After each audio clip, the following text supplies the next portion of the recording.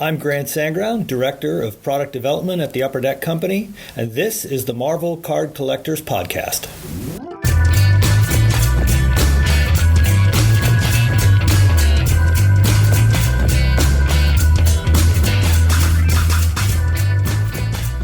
Hello everybody, my name is Ian Taylor and you are listening to the Marvel Card Collectors Podcast, your weekly digest of hobby goodness.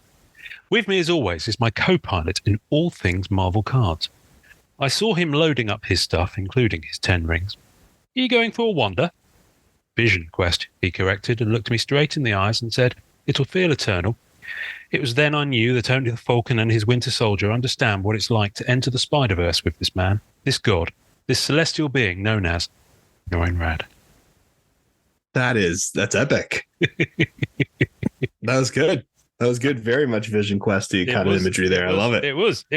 I think I managed to get all the titles in. I think you did. Of all the Upper Deck sets coming out. That they've announced since the last time we did anything Upper Deck previewing. Hence the sweaters. Which feels like a lot. Yeah.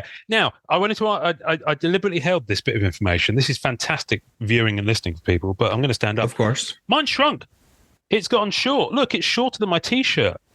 Oh, it did. Yeah, my wife tumble dried it. Look. Oh yeah. Yeah. It's just a little bit snugger under the arms as well. That's a shame. Okay, so you never wash it. So you let all the sweat and stuff kind of hold the fabric together. So you've had yours for the best part of the year, and I've seen you wearing it on multiple videos. So never washed it. Are you telling me that when you take that off, it retains the shape of you as a man? And just as me as a boy wonder, man is a stretch, but yes, it does retain some shape. So the shape that it retains is more like. Okay, good. Right. Yeah. So I'm a very curvy man. So. Yeah. No, I was going to say, we're really doing the YouTube thing for people because people are like... I'm trying to be like, I'm moving my hands down and then out very wide. Yes, we're both doing it to each other in a rather comedy kind of unscripted manner. That taken out of context will be weird. It will be. People will probably edit that out. Anyway, hello, people. Welcome. Hi. How are you? Good. Hello. Especially you at the back. Love you. Love you. Love your shirt. So can I just say, since we last recorded, people will have heard issue 150. One of the episodes that we've been waiting on for years now. Good evening, sir. Crazy. Crazy. It was a good episode too. I mean, that was I could not have asked for anything better. I loved it. That was beautifully. We recorded that on 11th September. So it was about 2 months until we got it online for various reasons. Right. Well, I mean, we always knew it was going to be at least 4 episodes away when we recorded it. And then we had an unexpected couple of weeks off. So, yeah. So it ended up being the week after the Kickstarter that we were hoping would promote went live. So only about 10 days late. But that Kickstarter still is live till the end of November. Although annoyingly, I saw Joe posted that someone had hacked that Kickstarter over the last 24 hours. Did you see this? No. Joe posted on group. Someone's hacked the Kickstarter and was saying all sorts of crazy stuff about the fact that it's going to be shipped early. It's going to be that the guy who was putting it together was killed in a car accident by a drunk driver and all this sort of stuff. Like really heinous trolling stuff. Wow. It was really strange. So Joe posted on the groups and on his personal page to say, this is not right. You know, we're going to sort it out. But yeah, what a horrible thing to do. Yikes. So, I mean, people are, shady. All this stuff is shady. So many people were trying to get all of those paintings. They were trying to there was a lot of shady things. I was pretty surprised it went so smoothly as it did. Well, all of the paintings, which were about 2,500 for the edition with the paintings, it was 2,500, and then it was 100 and there's 100 paintings or 107. There's 100 paintings, so there's 100 editions with a painting, and they went within 24 hours. So it's like they were gone, and yet. Like there's barely any sales happening in the hobby at the moment. Everyone needs cash, and yet people are dropping. It's crazy. I don't get it. But I guess if you're saving up for something, you save up for it and you buy it. But I mean, I haven't even. Yeah, I mean, they're the same size as the originals, just no backdrop. Mm-hmm. He's only, I think he might be done with all of them by now, or he was like 9 away. It was something finishing up. Like he was that. finishing up. Yeah. It was finishing up. So, I mean, it's pretty interesting to see that fly off the shelves. I mean, I'm not surprised. Apparently, there were a lot of dealers who were trying to get all of it, or whatever the case is. So a lot of strange. I mean, that was a rumor. I don't know if that's true, but like I heard a lot of really strange things with all this stuff. I mean, the good thing is there are a number of people in the group who said, I've managed to get one and I've managed to get one. It was kind of like people I knew would be like, not that anyone's more deserving than anyone else, but it's people who I knew wouldn't be dealers, if you see what I mean. They'd just. I knew a lot. I mean, I think, it's good that it's random because that means, all of them would sell. Yeah. But, I do think, I haven't really heard of like a lot of people I know who wanted one did get one from what I hear. Good. So that's nice. I mean, you can't ask for more than that, right? You really can't. I mean, listen, for that price for a Just Go original is, even if it's a recreation of an earlier work, is, perfectly fair. As far as makes total sense. And you get a book. So you're buying a Just Go original. You get a lot of stuff. Book. You get all of it. Yeah. It's great stuff. But then the regular one was $60. That's just the book. And then you've got the one that's about $270, which is the book, and it's a bronze trading card. It's a metal, like 3D trading card of his Spider-Man. Yep. Image. Oh, the Spider-Man 92. It looks brilliant. I was putting it on the show notes. It looks good. On the Facebook page, and I was just kind of dribbling a little bit as I was doing it. But Roll With Them. I can't remember his real name, but he goes by Roll. Oh yeah, Roll With Them. So we're going to go that. He commented on our Facebook page. One great issue right there. So much backstory. Nor and Rad got real nerdy, and we all loved it. I love that guy. It's so funny. I have no idea who that actually is. And we had some great comments on the YouTube video as well. Let me just dig some up. Excuse me. It's like a month ago that I was ill, and I've still got like my throat's still not right. Oh man, I'm so sorry. I don't know what's going on. Well, it's not your fault. Well, it kind of is. No, it's not your fault. It definitely is. But so David DeMarchi commented, "Wow, I missed this live, but glad I can watch it now. Just Go the Master." We didn't, hate to break it to you, Dave, we didn't do it live. We never do these live. Yeah. We recorded it. So you didn't miss anything. You caught it at the same time as everyone else. Keith Speroni, OMG, thank you for YouTube. This is long awaited and made this such a better listen. Great job, guys. So that's nice cool. guy. So, yeah, just loads of really good feedback. Loads of people really digging the episode, and lots of really good comments on Instagram as well. But the reason we're wearing our Upper Deck tops this week is because we've kind of missed, because we took a break over the summer and then we had a break a few weeks back. We kind of missed all the solicitations that suddenly come out within a 2-3 month period from our friends at Upper Deck with all the new stuff that's coming. Mm-hmm. A lot of new stuff. Most of it, well, to be fair, most of it is the on the MCU side of things. Yeah. It gives me and you a good chance to talk about some of these MCU things that we haven't really talked about as well. It's nice. It's going to be a good conversation. So I'm going to start with WandaVision, and I'm going to start sharing my screen at this point because WandaVision, I loved between you and me and the Gatepost. WandaVision was great. Find it here. I've got it in one of these tabs. I've got it. So for those watching on YouTube, for those not watching on YouTube, I'm blindly fumbling around trying to open different tabs on my computer, and everything is frozen. Everything is frozen. My entire computer's frozen. Can you hear me now? I can hear you. Good, because my computer's not doing a single thing at this end. The video's frozen. I've no idea what's happening. There we go. It suddenly released itself. WandaVision. Here we go. Boom.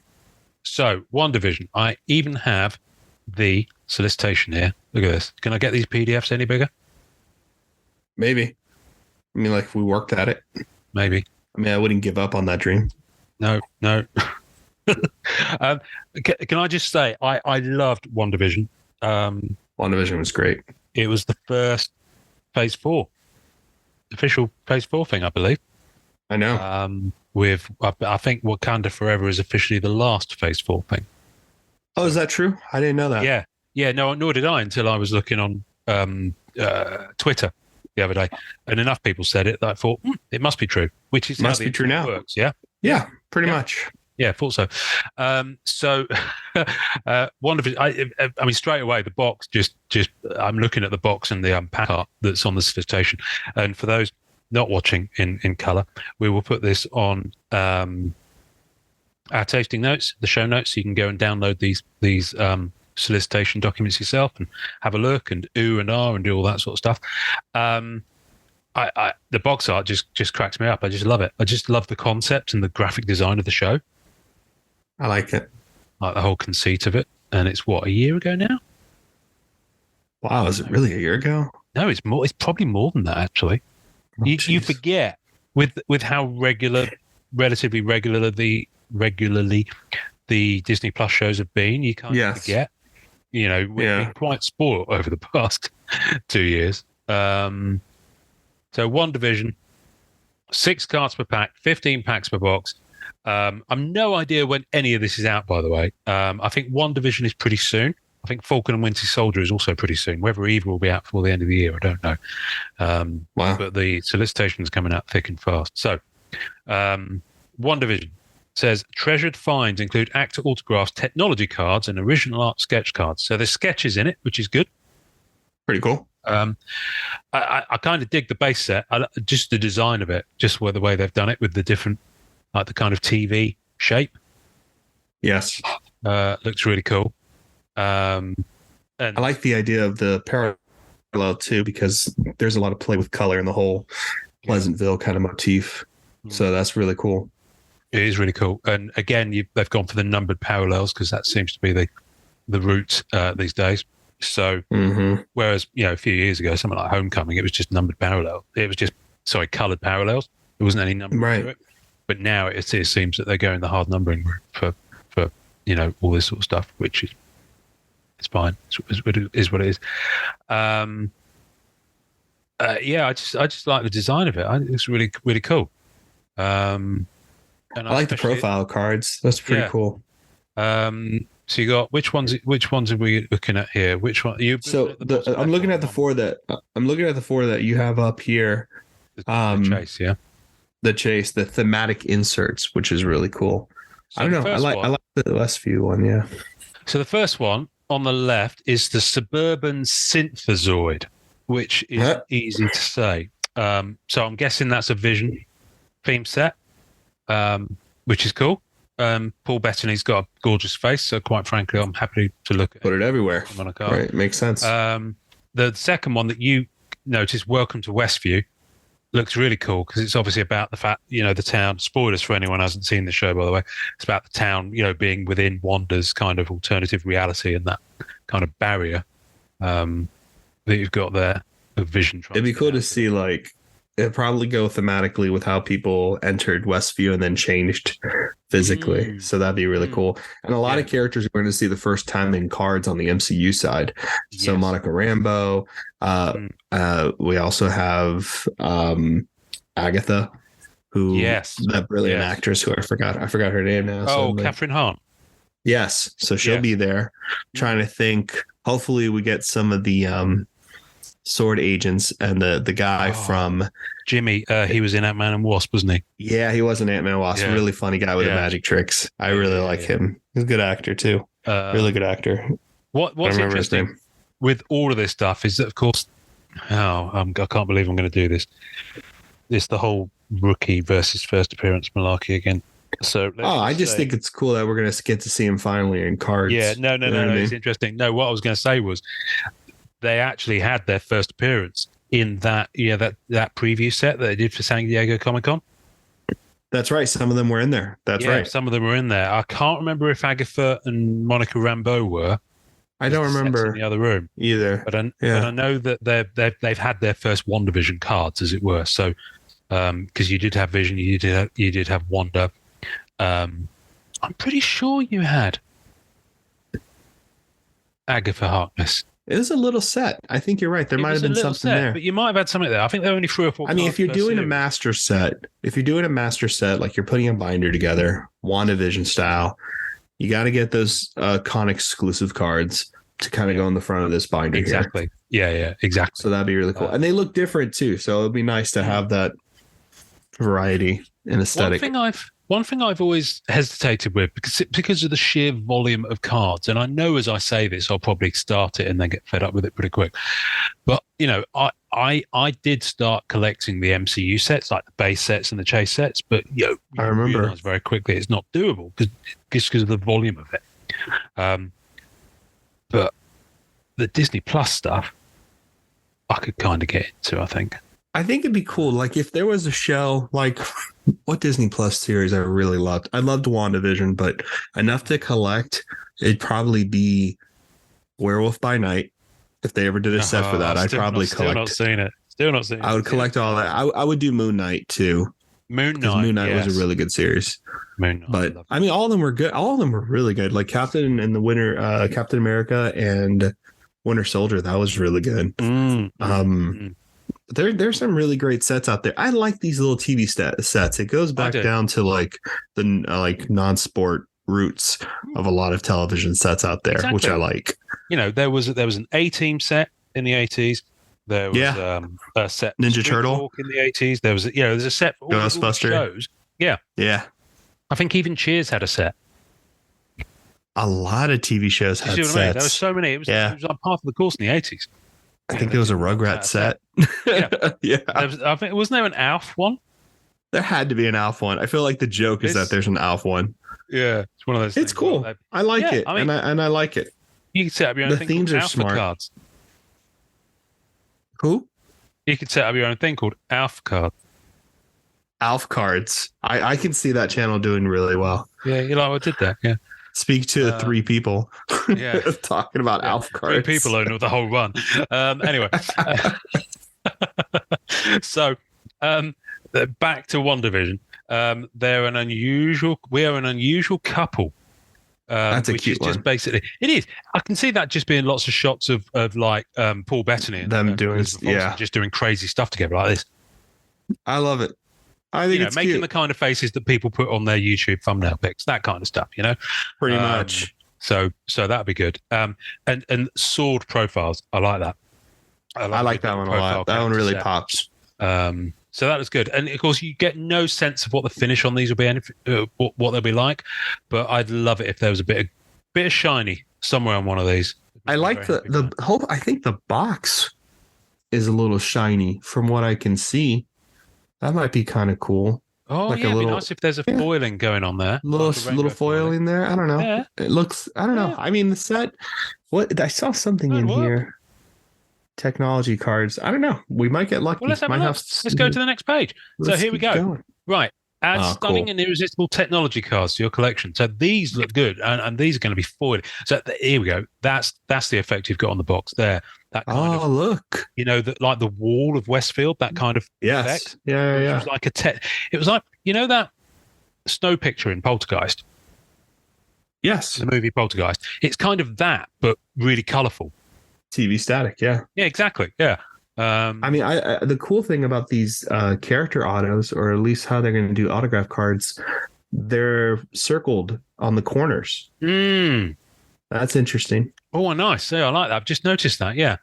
I wonder why they did that. That's cool. Well, that's not even just for the Oh, these are plexiglass. Look. Oh, that's why.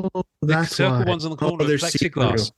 So the Wonders Reality ones are plexiglass, and there are both regular and autographed ones. Gotcha. I love it. Then there's Agatha All Along, and we interrupt this program pattern foil board cards. So that's that pattern foil board there. Wow. That's plexiglass cards. Holy crap, that's cool. Plexiglass with an auto. That's cool. I don't know if we've had that yet. Have we had that yet? I don't think so. But I mean, Paul Bettany's first auto cards for Upper Deck were on Black Diamond. But the frustration I have with those, least of which because I don't own one yet, is because for whatever reason they didn't have a clear or good image of Paul Bettany from their library of images to use. That's one of the few weak points of Black Diamond is, for whatever reason, there wasn't a good image of Paul Bettany. So if you look at all of his auto cards throughout that set, none of them actually, I mean, they're great that his auto's on there, but I've never felt the need to kind of, save up and go for it because the image on the card wasn't that. Was not that. Yeah. Whereas these, I mean, they've obviously got some very great shots of him that they've got the marketing rights to use. So, plus his auto. Plus, I mean, the really cool thing is, Elizabeth Olsen in the actual traditional Scarlet Witch costume during the Halloween episode, right? On card. So, that's sick. This set is the Spidey metal to my Black Cat. This set is that to a Scarlet Witch collector. I mean, this is exciting for someone who collects Scarlet Witch hard or Vision. You imagine how many numbered parallels they're going to be. Someone who's into their Scarlet, especially that outfit. So that outfit's really cool. What I want is that, but with the auto of her just there. Oh, I think that's what they're hinting. Yeah.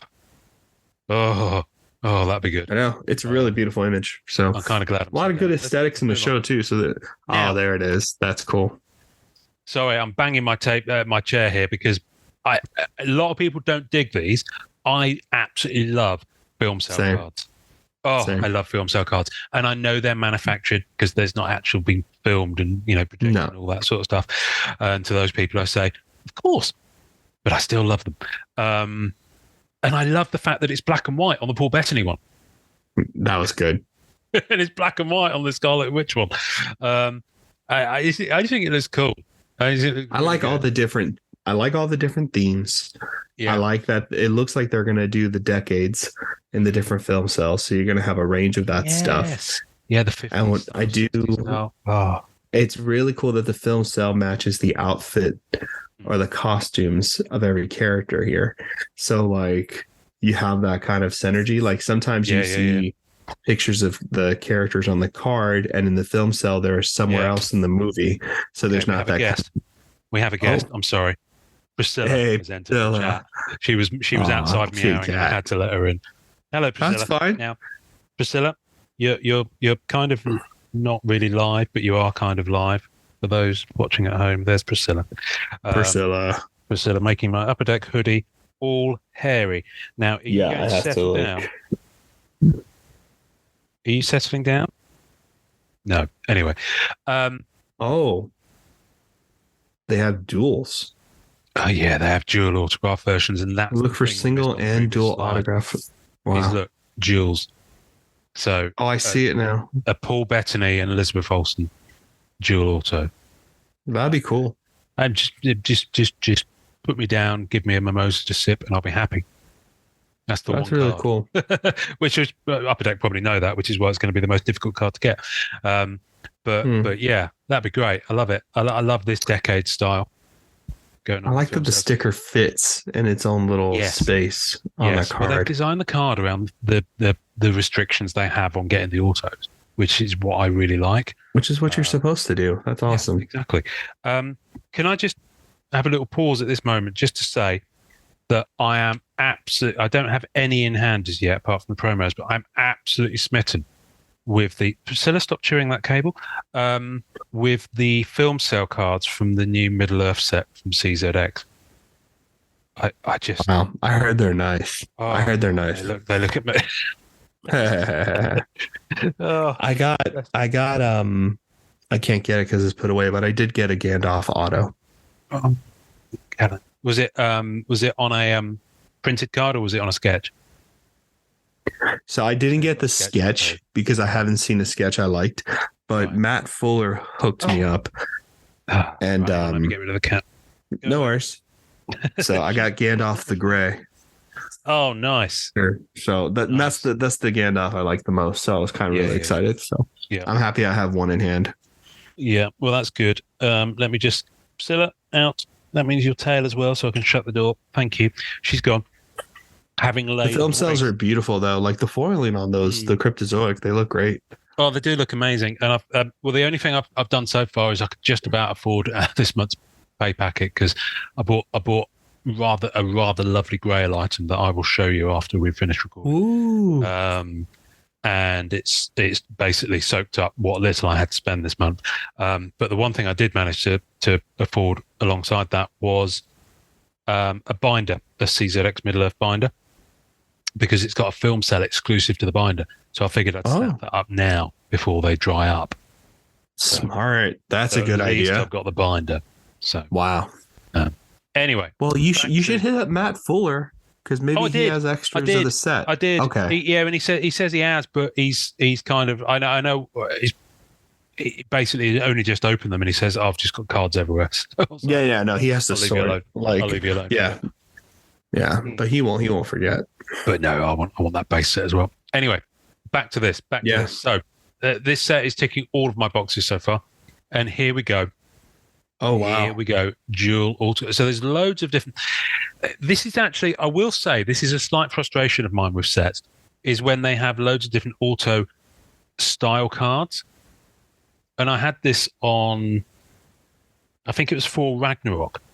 There were like 2 or 3 different styles of autograph cards. Like there were Stars of Sakaar, and there was another type of set and all this sort of stuff. And you had the same actors, but signing different styles of auto, which was fine. But I don't know. I'm really impressed. I agree. I do like. I like the variety, but I totally understand what you mean by that. You've got 3 different types of auto thing there, and it's like, which is fine. It's a lot of auto. It is a lot of auto. Because the thing is, if I was lucky enough to pull like a big character on this style, I'd want the style of another actor to match it, and that's just me. But other people probably disagree. I don't know. I just like it to match. And of these styles we've got on the solicitation, it's the classic sitcom style I love. I can't believe they got him. That's awesome. What, Evan Peters? I mean, like I'm shocked. They got Quicksilver, and they got this the other gentleman in the corner there who's quite famous. Yes, old school actor and producer and all that kind of stuff. I can't see his name. I forget his name, but yeah, nor can I. They got a lot of people. Evan Peters. But you've got Kat Dennings signing. She hasn't signed since For the Dark World. That's a big one. And they're pretty tough to get as well. Yeah. So yeah, there's some good stuff in this set. This is a really strong auto set. This one. I don't know. I'm really impressed. I don't know how numbered they are, but they are just they look really cool. But they exist, right? Yeah. I mean, that's a bigger deal because you can't have these movie sets or these television sets and not have the big actors in there. Like, I just don't think that makes a lot of sense for anybody. Why I wanted to start with this one, because pretty much everyone is in this set. I mean, there's no gaps. This is a good range of people to show who are in the set, because I can't think of anybody else. That's it. I would be missing it. Apart from the Jimmy guy who works for the Shield or whatever they're called these days. I haven't seen him, but I'm sure he'll be somewhere if not. But yeah, but this is awesome. I dig it. I'm really excited. Oh, wow. Sorry. Page 6. So for those following along at home, page 6 of the solicitation that we will link to has an autograph of Elizabeth Olsen in black and white on the Warped Reality, Wanda's Reality style, that just looks phenomenal. That's the Plexi. Wow, Plexi. That's the Plexi as well. Oh. So yeah, so it's good. It's looking good. So basically, box hits on average, 1 to 2 one lifetime or another manufactured film cell cards, 1 serial number parallel, 1 card from the following: either Wanda's Reality plexiglass, 1 of 1 printing plate. So printing plates are going to be in the product. Yes, thank you very much. An auto card, original art sketch card, Agatha All Along, or We Interrupt This Program, pattern foil board. So they're going to be pretty tough to get, those pattern foil boards. An additional 1 lifetime or another, and a manufactured film cell card. So you get you'll get 1 from that list. You won't get 1 of each. And then, yeah. We can see some numbers here too, which is interesting. Yeah. So the Wanda's Reality plexiglass are numbered either to 25 or to 49. That's a good amount. That's a good amount, actually, which means that there'll be there'll be enough to go around. One Lifetime or another manufactured. So they're actually called another manufactured film cell. That's the name of the chase insert. No, I think it's One Lifetime or another. And then they are manufactured One film Lifetime cells. or another. And then, right. And this is where punctuation is your friend, people, because it reads as One Lifetime or another manufactured film cell. Yeah, they could have done something a little there. The bolded, you can't really see the bolded because of the watermark. You can't. Yeah. But when I read it there, I was like, did I just read that out properly? Yeah.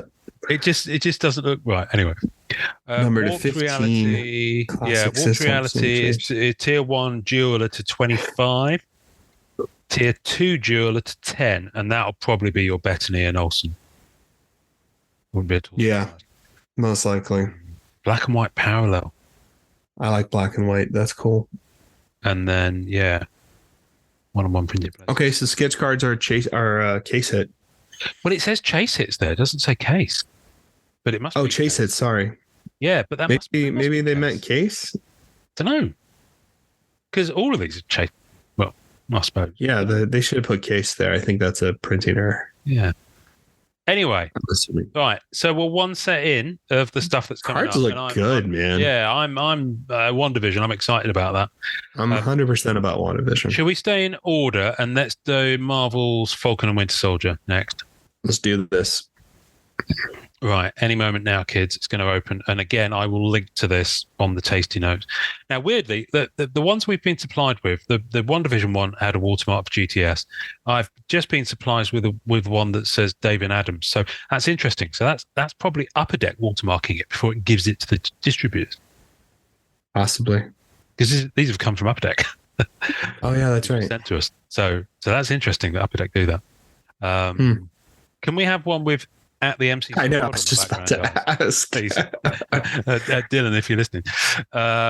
So, Falcon and Winter Soldier had its faults. Let's not talk about the flag smashers. But there were some great moments in the show, and I just loved the last episode. I also loved the fact that the old super soldier, played by Carl Lumley, is coming back in something. I can't remember for the life of me what. That's right. I should have read up on this, but I saw it in one of the reviews. He was awesome from D23. That was a huge. I mean, he's a bloody good actor as well, but he's right built. I mean, I think Falcon and the Winter Soldier, man. I mean, like, I gotta be honest, dude. That was a very impressive commentary. Punch. It was awesome. It was fucking. It was awesome. It was good. But yeah, it was great. I like the fact that what I like about all of the MCU shows is they've all managed to do something witty but relevant with the writing. Yeah, really impressed to insert some kind of allegory to what's happening in the real world. Speech marks. WandaVision was a great show about grief in a very, very interesting way, and it's something that really hadn't been done too much. And then Falcon and Winter Soldier. I mean, I was so impressed with how they understood kind of the horrible duality of America and, racism and so forth. And it was an impressive kind of like commentary on that. It really was. It was really touching. I did not think I'd be like, because I'm usually not into the military stuff show type of thing, but it wasn't propaganda. It wasn't anything of any of that nature. No. It was just really, it was a really touching kind of care. How does someone carry the mantle of something that has so much kind of like horrible connotations to it, or can have terrible connotations to it? Like, it was great. I was really impressed. Well, one of the interesting things I did read, talking about Phase 4, starting with WandaVision and ending with Wakanda Forever and the various shows in between, is that the overwhelming theme of it, and I was thinking about this earlier on, was grief. And it touches every single property. And whether that's you would have to think it's by design, because they don't do this stuff accidentally. It's a lot of money. Think about what happened with Endgame and the fact that they've referred to it a number of times. About the blip, that would have caused huge human emotion. Ripple. ripple, and so grief is understandable. Tony Stark not being around anymore, Vision not being around anymore.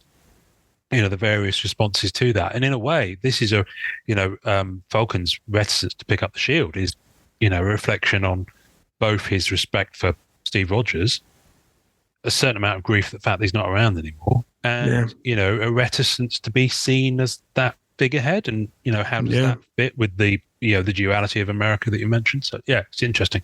No, it's really great, 100%. Yeah, I agree with you. I mean, and I haven't seen Wakanda Forever. Did you end up seeing it yet? No, not yet. No. Going out to the cinema is kind of a rare treat these days. So Same. It might unfortunately be a Disney Plus one when it eventually comes on there. I know. I'd like to go do it. It's just I hate going to the theater now. But like for that movie too, what I've heard is that it is a very much a movie about the passing of Chadwick, and apparently it's through the entire DNA of the whole movie. That's pretty. That's awesome. Yeah, awesome. It's a great way to go with thematically. Yeah. So spoilers for anyone who hasn't seen it yet and doesn't like even this amount being spoiled, but it was spoiled for me, so I'm going to share it here. Apparently, the Marvel Studios logo at the beginning is all they've re-edited, and it's all just shots of Chadwick Boseman. Oh, that's nice. It's nice, man. I'm welling up as I'm talking about it because Black Panther was special. You know what I mean? It really was. It was a special movie in the sense that it understood profoundly what that cultural impact was. And that conversation was having between what, Wakanda was doing and kind of holding off its, kind of understanding how can one culture be protected while another one's ignored. Right. Yeah. That was, I thought that was impressive movie wise, in general, that was really interesting. Yeah, I think they leaned into that a lot more in the second one, is what I've heard. So that's cool. So that's exciting. Yeah. Well, the Namor thing should be fun too to see that. Yeah, but I think it's those two societies, and the resources, and I think there's a lot of interplay with that. Is what I'm hearing. I haven't seen it, so I don't know. Anyway, Falcon and Winter Soldier. So we have. It's a pretty standard lineup. You got your base set. No mention of numbered parallels on there, or even much in the way of parallels on the base set. But you've got your inserts wise, you've got mission briefing, you've got who will wield the shield, behind the scenes. I love a good behind the scenes chase set. Who doesn't? Character profiles. So again, character profiles. That's cool. Fits very much in with the WandaVision set. I dig it. I like it so far. There could be some quite interesting foiling going on the mission briefing one. Yeah, it kind of looks like a shadow box set up a little bit, but I don't know why. But it does have that feel to it. Around the edge on that. That'd be. I could see that. Yeah. Let's zip on. So we're getting it out. They've got these out of order then. So the base set should have been slide 2. So here's the base set. So they have parallels. They're Falcon Red and Winter Soldier Blue parallels. Nice touch. Makes sense. Numbered pattern foil board black and red. Purple Zemo. That's cool. Numbered purple Zemo parallels. Right. That's funny. Before we go any further, if there's not a lenticular chase set in here that has Nemo's dancing section from the nightclub in Madripoor, then I'm sorry, but I'm out. Your license right now. I'm out. I'm leaving. Seriously, I haven't looked at this thing yet. I don't know if there is or isn't one, but I'm hoping that I click onto the next page of it and they say that there is. She's like, it's like release the Zemo cut. I can't believe that was trending when people. It does. I love that. Like, so stupid. And they released it. Of course, they released it. And it's like 1 minute 20 seconds long of Daniel Brühl like. Is there really 1 minute 20 seconds? Yeah. Have you not seen it? They released it. I mean, I might have got the time wrong, but it is a long scene. I have to go check it out. But no, they actually did properly release it with the Marvel Studios logo at the beginning and everything. I love it. So anyway, I mean, I really like. I like the. I'm assuming it's the purple Zemo, where you have that. Well, no, I'm talking about. I guess I'm talking about the Winter Soldier blue, like the little holofoil. Yeah, Yeah, has kind of got that ripple. feel to it.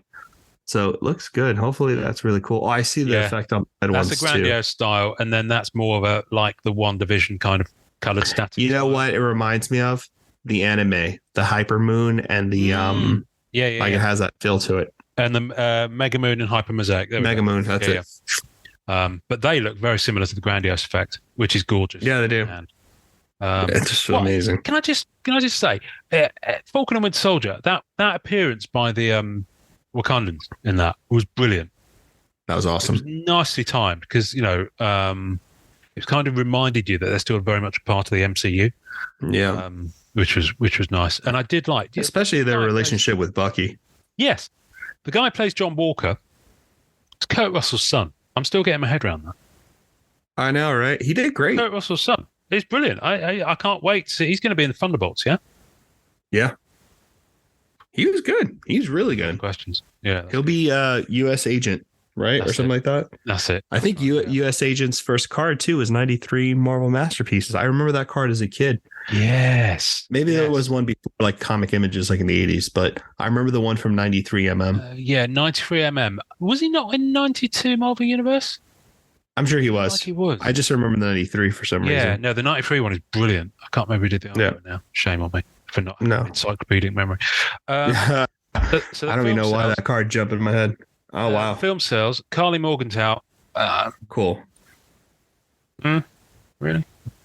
Maybe not. I like a film sale, though. Anthony Mackie film sale. They've got Florence Kasumba.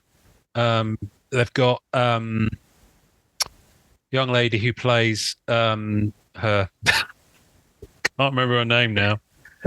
She was like the weapons dealer, but ended up being the weapons dealer. Yeah. What's her name? Sharon Carter. Emily Van Camp. There we go. That's right. Isn't she the granddaughter of Agent Carter? Yes. I think that's the conceit. She's either the granddaughter or no, it's not the daughter. Yeah, it must be granddaughter. Yeah. The other woman was in Star Wars, and she's the she was in Solo. Solo. That's right. Yeah. She was great in that too. That's right. She's that's right. She's the head of the Resistance now. That's a cool signature too. Oh, this looks cool, man. This looks cool. Transparent. This is good. Acetate cards, the power to do better. Cards.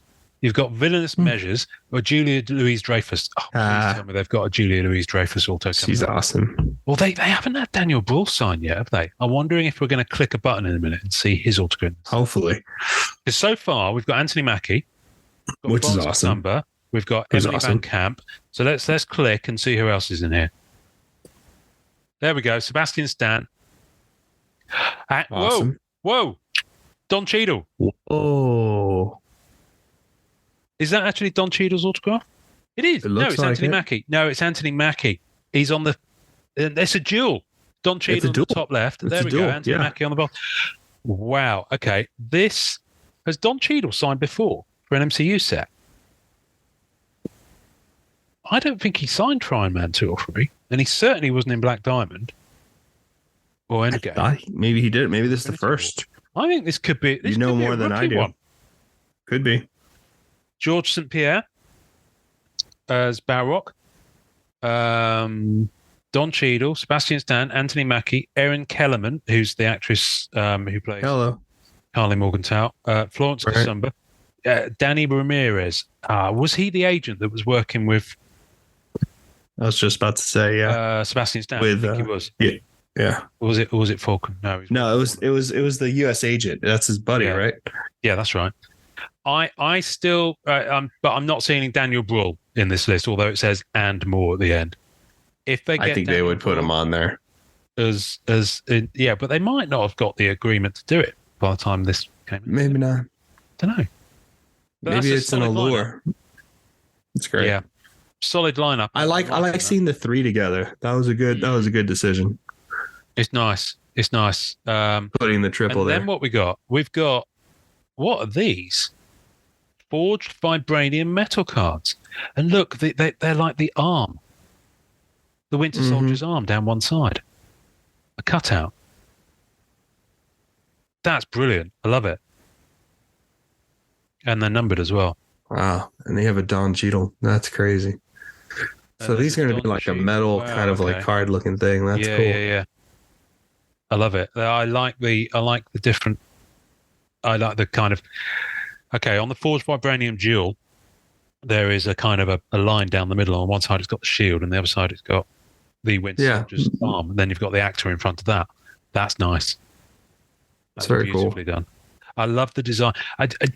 What I like about this is that you can tell that the Upper Deck designers have had fun with it. You know, playing with the themes of the imagery. It's. I mean, you got to think about the graphic palette they've been handed from Marvel Studios. It's probably all there for them. All we've got to do is make it work. But yeah, I'm digging this as well. So so far, frankly, if money were no object, I'm 2 for 2 on these. Yeah.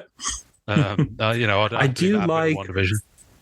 I do like how they're giving the autograph cards a little more texture by making them plexi or metal. Or I do think that's a nice addition because they are the hit. For them to not have any kind of physical difference, I think is a missed opportunity. So it's really nice that they're doing that. It is nice. It's a nice difference. I like the fact that you can clearly see their stick autos because that's how they roll. But it looks. But you know what though? Kind of bolted on there. Exactly. Like they did that with WandaVision too. It looks like it's part of like the TV streaking. They made the design rainbow work for the sticker. Yeah. Which is what they're supposed to do. So it looks good. It looks unison. It doesn't look like it's separate thing tacked on. That's good. So that's good. That's exactly what they should do. Don Cheadle. That's exciting. Don freaking Cheadle. Oh, hello. And there's a whole page on sketch cards, which is nice. Actually curiously missing from the WandaVision solicitation. I'm digging this. I mean, I can't really tell who the artists are on any of these, but we got Tilma up in the left, and then we have FX, and Zemo. Spot this. Trust me, if Matt was here, all this would be identified. Hats off to you. Can I just check out the Falcon on the Anthony right? Tan, actual Falcon? Yeah, it's an actual. Well, it's his sidekick Falcon from the comic books, right? Is it? Oh, I didn't know he had an actual sidekick. I think he does. I never read a Falcon comic in my life. You're probably right. I'm assuming it looks interestingly similar.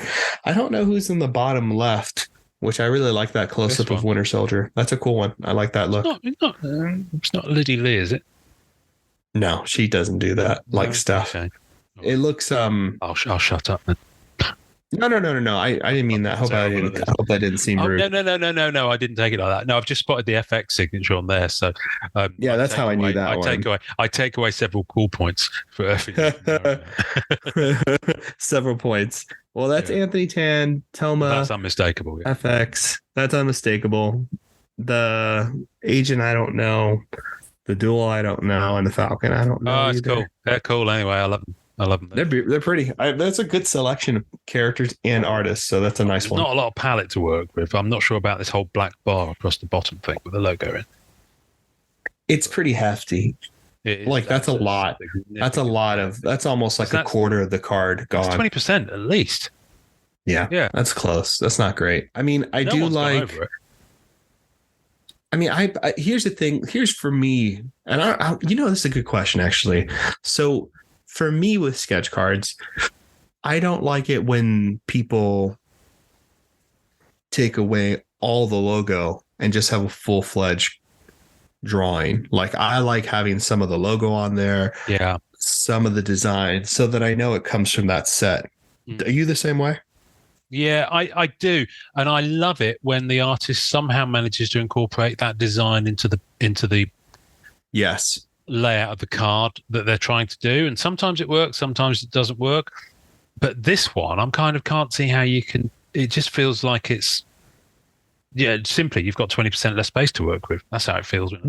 I think so too, and it looks good with the cards they selected. Like it doesn't look bad with that. No. Like people did a good job with anime. The thing I can't stand, I always feel like it's a hit or miss, is like Marvel masterpieces. Like those line on the side of the card when they do that like wavy in the line thing. I don't like that at all. Yeah. At all. Yeah. But these look good. These look good. Uses those as a border and leaves it white and then colors in the space though. That works nice.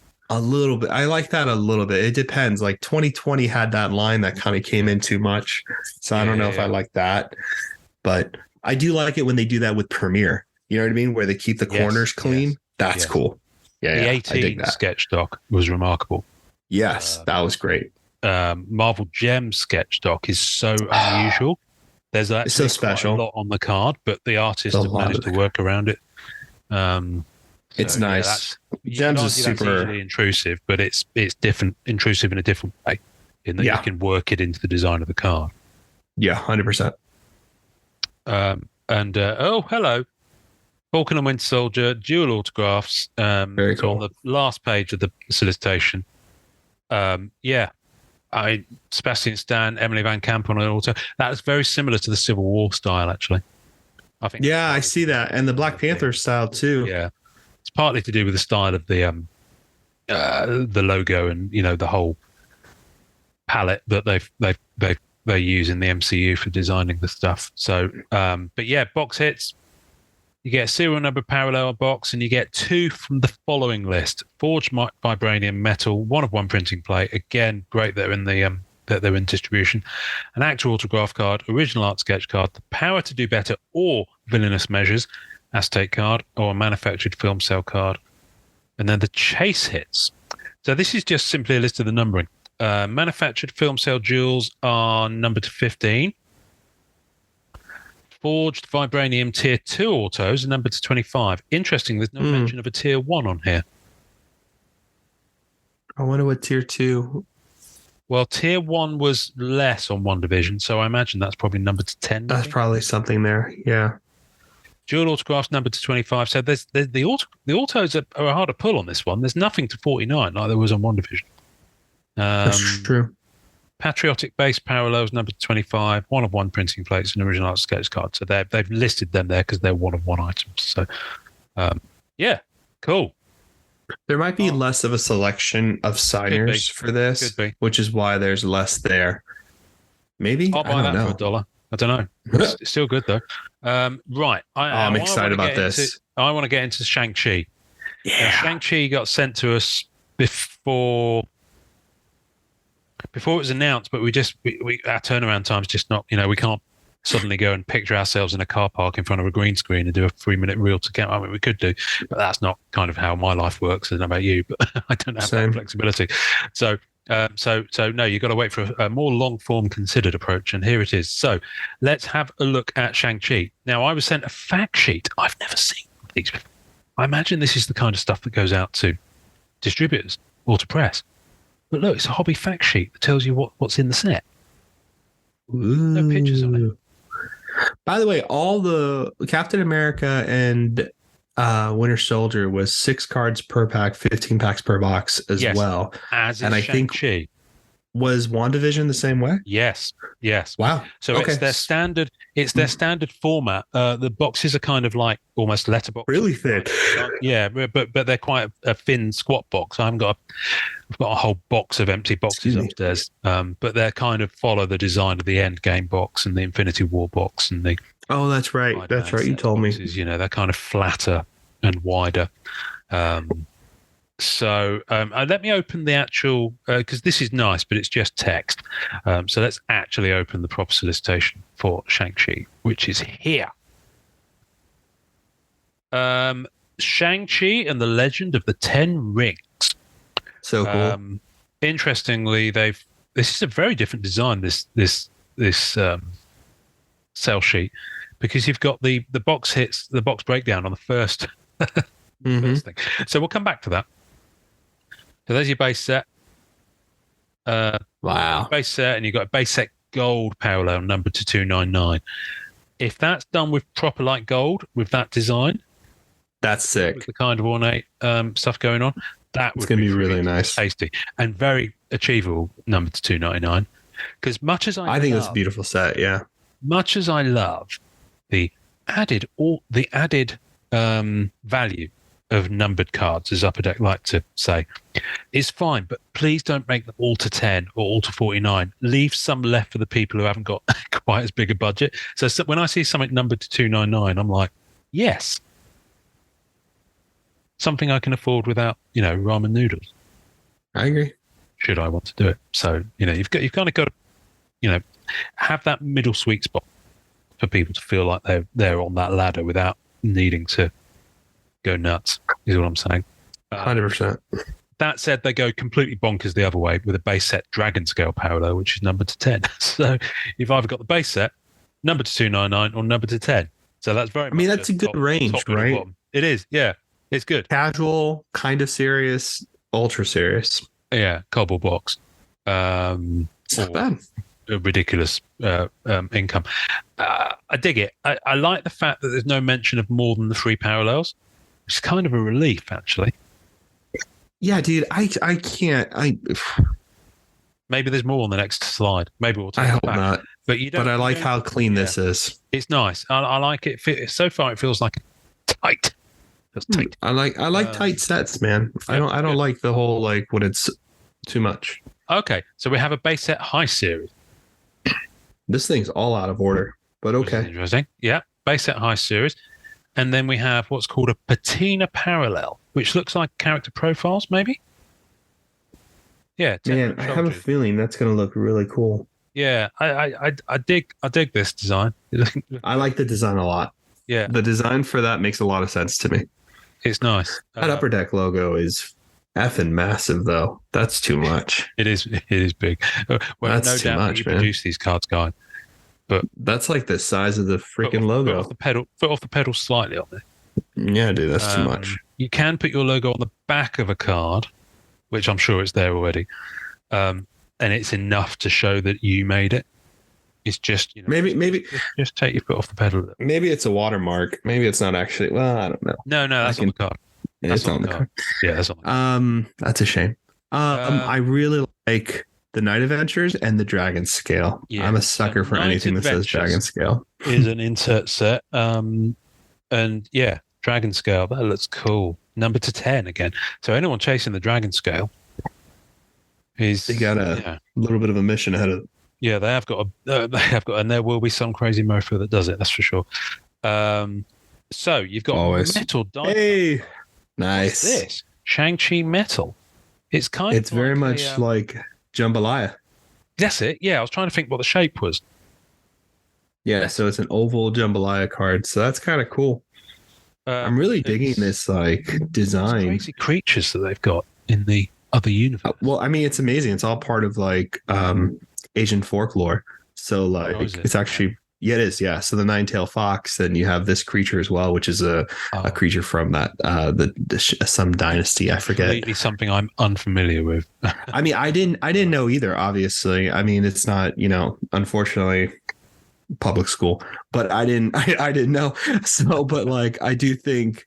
But I watched I really like the behind the scenes stuff on Disney Plus, the Assemble. Oh, I really. What is it called? Marvel Assembled. Yeah, Marvel's Assembled. Yeah, that's it, right? Yeah, I really love it, and they talk about it there, and they show the designs and why certain decisions were done there, and culturally, it's really cool to get that kind of context, which is nice. The film sales again. They've interesting. They've got a massive asterisk next to the film sales that says manufactured. They didn't have that on the Disney Plus shows because. I think the assumption is that it's obvious that it would be manufactured on the Disney Plus shows because it was never broadcast. Maybe so, yeah. Never shown in a cinema. But I find it interesting that on this, that was a cinema presentation that they've had to say manufactured. I'm not too keen on the design of that card. That looks kind of haven't unless that's got some shine going on. I'm not really feeling it. But they are tiered, which is crazy. Did you see that? Higher plane of existence. Yeah. High plane of excellence, rather. Sorry. Tier 1. Yeah, that's interesting. Okay. There'll be something in there with achievements on APAC. Guaranteed. Oh, yeah. Guaranteed. Now, this dual autograph, I love.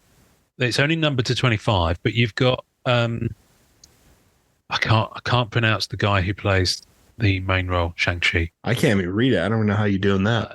It's... Sorry, Simu Liu. Sorry to anyone I've offended by marking that up. Awkwafina, I mean, anyone can pronounce that. So they've got a dual autograph of those. I imagine it'd be really good if there's a Michelle Yeoh and the Tony Leung dual auto. I love those too, man. Cool. I thought this has been one of my favorite movies in the MCU. I'm so excited for this. Pretty cool. Really? I didn't. I need to watch it again. I liked it a lot. I thought it was really good. I thought I liked it because like I thought that it was a pretty smart, like it was fascinating to get that kind of like character after having so many other these characters where there's not really, you know what I mean? Like it felt like it was like a different storyline. It felt fun. It felt kind of like him and her, having crap day jobs and then finding out there's whole I love the karaoke stuff. I love the stuff with Wong. It's fun. I thought it was fun. I like those two together a lot. I think they were really great. I liked it. I had a lot of fun watching it. Yeah. I don't know. I think the stuff with Trevor Slattery, I wasn't sure about. That jarred a little. Oh yeah, that went on for too long. I'm not sure why they gave that so much screen time. I thought that was a little bit of a mistake. Amazing set pieces. I love the set piece on the San Francisco trolley bus. I loved the building fight with the scaffolding. Yeah, that was cool. Very good. But I didn't dig the end set piece, the third act. A little bit too because it's CG. Weird because it was right kind of work for me. Because like it was so high concept with the CGI kind of dragon fight thing, which didn't look bad. It wasn't that it looked bad at all. No, it didn't look bad. It felt out of place because you had everything that was so grounded in like kung fu or martial art cinematic like context, like the trolley, right? Moving cars, fighting off moving cars, the side of a building thing, which, it was done in kind of like, what is it called? Like an homage to those films. Yeah. So when you get that like high hidden dragon, crouching tiger thing at the end of the film, it's cool for a climax, but like visually it looked so contrasty from everything else they had done that it was jarring for sure. It was fun though. I mean, it was fun. It was a very fun movie. I remember watching it and came out of the theater. I was like, man, it felt complete. I saw all of it. It didn't feel, you know what I mean? Like it didn't feel like there was missing pieces to it. Yeah. I'm not explaining that right, but no, it's fine. It's fine. Yeah. It didn't work for me. I think it's because it leans very much into a culture and a style of cinema that I just personally am not as familiar with or necessarily a fan of. So Crouching Tiger, Hidden Dragon, I know it's probably a really good film, but I've not really much interest in seeing it. Does that make sense? Mm-hmm. Yeah, no, of course. I mean, I'm not. I think genre-wise, the thing I've never been like super into, and I've seen a lot of them, but I've just never. Is like westerns. Like very few westerns really get me. Like I saw a good one that was on there, Godless, I think is what it came on. It was like a TV show, whatever. But I don't know. And it's funny too, because I love Mandalorian, and that's like very Western samurai. So it's funny, but like, it's just a lot of the old Western movies are like so masculine that it's off-putting. Yeah. Like, like the classics is where they do the samurai thing though. Yeah. That's where they really go. Yeah. That's interesting. I agree. Okay, cool. Right, let's have a look. There's one more page. Okay, now that's cool. I really like spectromatic stickers. That's awesome. So it's basically going to look like the forward effect you got on Decades, similar to that. Like, well, it reminds me of Marvel vending machine stickers. Vending machine stickers from the 90s that you guys had. Yeah, we didn't get them over here. And then you've got signature logo patches. That actually looks really cool. I usually hate those, but I like that one. Yeah, not sure. Not quite doing it for me. Just because the logo doesn't. What is the logo? Well, that's part of the. So if you look at that kind of upside down pyramid, if you go back to the base cards, that's the logo that's designing most of the base cards. You see on the bottom of the base series. Yeah. So it's just that kind of like callback to those things. And then you've got Morris patches. So Morris, I imagine, is this creature with no head and with wings and 6 legs. Yes, his name is Morris. Oh, his name is Morris. Okay. Yeah. Okay. That's fun. In the same as the Groot's Roots ones from Guardians of the Galaxy. Yeah. So, I dig it. So there we go. Let's go back to the top. So that's so in a box you get a numbered card, you get a film cell, asterisk manufactured. You get either an autograph or a relic or metal card in a box. So it's pretty good. That's pretty good for a box. I hope we have more autos. Like I hope we have the autos from the Mandarin, and what's his mom? He's pretty thin in terms of the range of signers. Her, yeah. Who from Everything and is Everywhere or whatever that movie was. She's always been a good actress. His sister's on there as well. I saw The Death Dealer. And it is Death Dealer. I mean, if they haven't got Benedict Wong in here somewhere, I mean, they seem to put his autos on the side of a lunchbox. He's everywhere, but maybe they're giving him a rest because he's going to be in well, if he's not in the She-Hulk series set, I think there's someone needs words. I'm excited about She-Hulk. I'm probably going to want an auto from the She-Hulk thing because I'm such a fan of that actress. She's so good. What I'm really interested in, right? Spec time here. What I'm really interested in with the She-Hulk set is if they will break the fourth wall with the trading card format. If they're allowed to, they better. As She-Hulk does. So they've got to do something in the trading card set that breaks that wall between you and between the card and the collector. They've got to do something fun. They did it. They did it with Deadpool. They did it with Deadpool. They better do it with She-Hulk. Yeah, because that is the good stuff right there. Yeah. Now, in a pack, on average, 3 base set cards, 1 red parallel, 1 spectromatic sticker. So those spectromatic stickers are going to be quite relatively easy to collect, I think. That'd be nice. Additional chase card. So that's cool. So I might put together a couple of like the chase sets from this because they're cool cards. I'll definitely do some ComC hunting. I'll see. I'll check it out. Definitely one for ComC. By the time it breaks, I'm still trying to figure out who's going to be my favorite like MCU character. I'm waiting for Surfer, but like I don't know. I keep playing with the idea of just generally.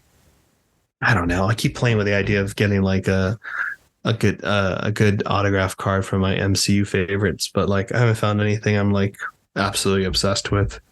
I do like She-Hulk. I like Moonlight a lot. Werewolf by Night. I think Werewolf by Night might be the one that I go for. Well, that hits your chuckle button in a number of ways, doesn't it? It kind of hits the sweet spot.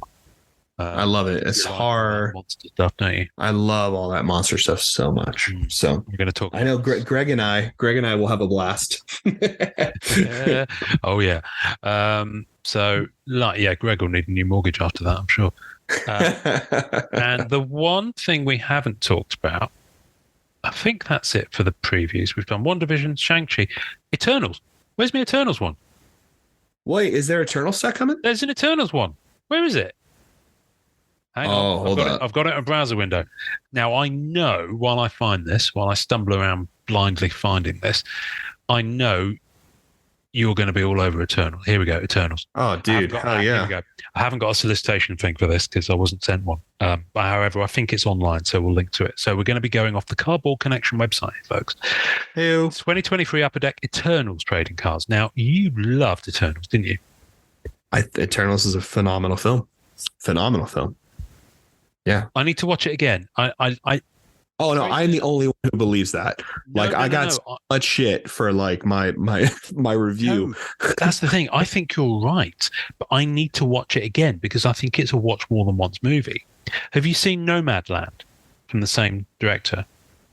No, but I heard it was beautiful. It's Frances McDormand. It's about the people. Yeah. Oh yeah, I have seen it. Yeah, where she's in the trailer. Yeah, and she's working on an Amazon factory. Is that it? That's a hard movie to watch, man. Yeah, it's an astonishing movie. It's a great director doing an MCU movie almost in the same year, basically. Yeah. So hats off to them for that because it needed to be a different type of film. I want to watch it again. I started watching it again on the plane to the States in the summer, and I was like, "Oh, that's funny." But I can't watch this film on that screen. I need to kind of stop and have a little bit of respect for the format. Transformers, I'll quite happily watch Transformers movie on the screen the size of a postage stamp in the back of the seat in front, but not the Eternals. And the cast is astonishing. Now, before we go into this, I'm just going to say the autograph signers they've got here. Oh no, that's not a list of autograph signers. I'm going to stop getting excited. First of all, it's lovely to see an open pack shot like that, open box shot. Oh, I love seeing open box shots in there like that. More of that, please, because that kind of stuff is cool. But just wow, the creative designs of the movies that feeds into a design of a card, WandaVision was probably up there in terms of most of it so far for me. WandaVision like took the lead as of so far. But this one, I'm really liking this. It looks like they might have nailed it. Crazy thing. I enjoyed the Eternals more than I did Shang-Chi. I mean, I think they're such different movies. Like, okay, so here's so let's do this. Of, you know, let's do this, right? So viewers can see like it's just an aesthetic difference. Like probably my favorite MCU movie, quotation MCU, is Logan, without a doubt. Like, interesting, yeah. Like for me, Logan is such a miraculous film. It's just so tonally, you know, special. And I just thought Internals was like more leaning along those lines, which is what I liked about it. See, like, so it's just you know, opinion. Yeah, no, exactly. But that's kind of why I made such a big deal about Internals. And I know there was that whole like, you know, everybody up in arms about PC culture or whatever crap they're into. But like what people miss the point of with Internals is that it did something that a lot of superhero movies hadn't really done, which is take the Superman character, Icarus, and transform that narrative completely. That's pretty hard to do. And it's pretty hard to do like the amount of time. Like it's a cosmic character movie. You know what I mean? And I hadn't seen a cosmic character movie done that way. Big concepts, huge abstract, huge concepts. I mean, it's a massive. It's just impressive to see that they pulled off what they were trying to do. I was pretty surprised because I was like, I don't know, man, this is a lot of work, and I don't know. It was impressive to see that. The visuals of the film were incredible. I mean, that's insane. I've already scrolled down this page. There's something coming up that blows my mind slightly, but we'll get to it. Oh, I'm excited. So the base, I mean, look at the base card. I like the look of that a lot. That just opens up. I mean, just look at the design. They've got that kind of twirly thing that goes through that kind of gold thread kind of. That's cool. That happens in the movie, which looks brilliant. Limited parallels: green, silver, purple, and black. 1 of 1. So there are black 1 of 1 parallels of these base cards. That's going to be tough. That's pretty cool. But you can I like it, man. Of some of the characters. So this is a really good one where you can focus on a character rainbow because there's a lot of really cool characters in here. There's something for everyone with this film. I like it. I like this. That's what I like about it. She looks so good. Wow. You know, you can do Jack. 1 on 1 of that. Thank you. That's cool. Then you got flashback high series with gold versions. So basically them in the past. Oh, interesting. So this Babylon, you see this blue wall here, the Babylonian wall. That's in a museum in Germany. That's so cool. I've seen it. Wow. Really? Huge. It's absolutely astonishing. Absolutely astonishing. I can't remember. It's called the Pergamon Museum. And there's kind of an island with about 4 or 5 museums in the Rhine, in the middle of Germany, in the middle of Berlin, sorry. And that island with all those museums on is a World Heritage Site. Wow. These are like huge museums, and the stuff they've got in there is incredible. But they've got damn in there. That sounds so cool. So you want to come to Europe, go to Berlin because you'll see so much culture. It's ridiculous. Yeah, I definitely need to do that. Berlin is a stunning city, beautiful. Everyone goes bonkers for Paris. Paris is fine. It's all it's all that. There's a lot of walking. It's quite big, but Germany, Berlin is so much more for me personally. It's a much more accessible city to go to. Anyway, you want to see that so gate cool. in the flesh? Go to. I definitely do. That's stunning, and it's like 1,500 years old, and it's just amazing. How insane that they even have that there is beyond me. I'm guessing they must have found it and like recreated it brick by brick. Because it would have been in ruins when I can't remember the history. Maybe they didn't pop the section. Maybe this is that we're retaining section. But anyway, and obviously in the film, I doubt the actual one they've used. They're just special effects. But no, they said they what did they do? They had to map the entire area, all based on research. So like just like they did the Colosseum, these behind the scenes things. Yeah, like they did. Remember Gladiator back in the day? Remember when they Don't I reconstructed? ever? Yeah, I love that. Yeah, remember they reconstructed the Colosseum in order to do what they had to do with all that. Basically, they like reconstructed the city of Babylon to get it right. So, and it looks really good. Here's a little bit of trivia for you. My brother-in-law was in Gladiator as an extra. No, really? That's cool. At the beginning bit where they're fighting the heathens or whatever it is, that battle, like in the forest. Seriously, that's awesome. Yeah, he's one of them. There's a very split-second shot where you can see him like screaming with his, his fur on and his spear and all that. That's awesome. So, but anyway, that's kind of cool. Hello, Oliver. I love that. I know you're not, but I'm going to say hello anyway. I do like the visual look of the deviants in this film. I think they're interesting. The deviants look really, really interesting. Really, really interesting. And it's very for all Venom people or symbiote, it is symbiote kind of thing. Very null, very kind of thing. Hopefully that card has like a cool underlining like color or texture to it. It would be nice. Well, it'd be really nice cool. if that ripped. So we're looking here at Eternals versus Deviants. Insert. There's also Immortals and Mortals insert, but that's not shown on this website. But the Eternals versus Deviants has got this kind of almost a bio-organic kind of effect around the frame. Perfect.